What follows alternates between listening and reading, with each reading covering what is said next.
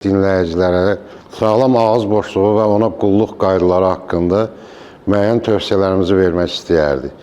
Ağız boşluğu bildiyimiz kimi həzm sisteminin qapısı sayılan bir orqan kimi hesab olunur və buna qulluq mütləq lazımdır ki, yəni digər orqanların da sağlam qidalanmasını təmin etsin.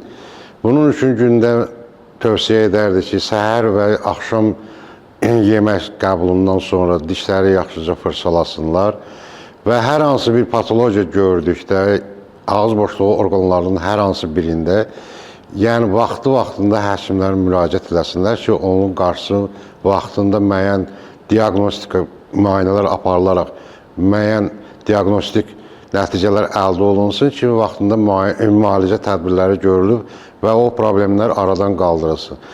Yəni vaxtında hər bir tədbirin görülməsi ağız boşluğu orqanlarının, həmçinin dişlərin sağlam qalmasına və onların sağlam fəaliyyət göstərməsi orqanizm üçün çox xeyirlidir. Bunun üçün pasiyentlər özləri, yəni hər gündəlik həyatlarında müşahidə apararaq və qulluq qaydalarına normal vaxtında riayət edərək özlərini, öz sağlamlıqlarını qorumuş olarlar. Və hər hansı bir yerin patologiya gördükdə vaxtında öz həkimlərinə müraciət edib və onun aradan qaldırılmasını təmin etsələr, daha gözəl nəticələr əldə edərək sağlam yaşamağa və sağlam ömür sürməyə davam edərlər.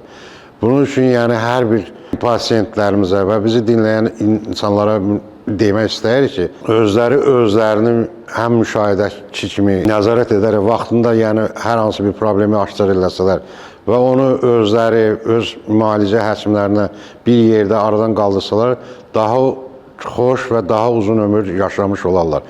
Və biz də bütün insanlara xoş və gözəl uzun ömür arzulayaraq onların sağlam yaşamasını arzulayırıq.